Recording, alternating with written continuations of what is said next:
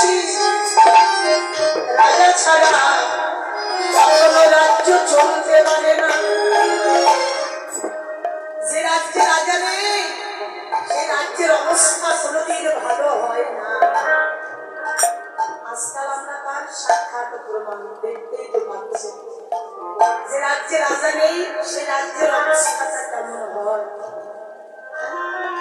বলছেন শ্রীরাম, কানাই যে আমাদের আখানে রাজা, ওকে ছেড়ে যে বড় খেলা হবে না, এটা আমি এবার ঠিক বুঝতে পেরেছি।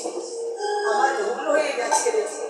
যা হোক ভাই, যা বলবার বলেছি, এই যে কান ধরে বলছি, কানাইয়ার সম্পর্কে আর ভুল সিদ্ধান্ত কোনোদিন নেব না, কিছু বলবো না।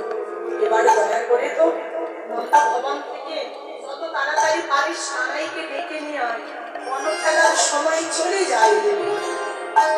শ্রীরাম বলছি, কেন যাবো? আমি তো প্রথমেই বলেছিলাম ওকে ছেড়ে যাবো না। আমার কথা রাখলে কোথায়, আমি যেতে পারবো না। মানুষ কথা না শুনলে অভিমান হওয়াটাই স্বাভাবিক। বলছে, বললাম তো আর কোনোদিন বলবো না, মনে থাকবে। আর কোনোদিন কিন্তু বলিস না, তাইলে কিন্তু সেদিন আর ডাকতে যাবে। ঠিক আছে, তাহলে তোর এখানে সবাই মিলে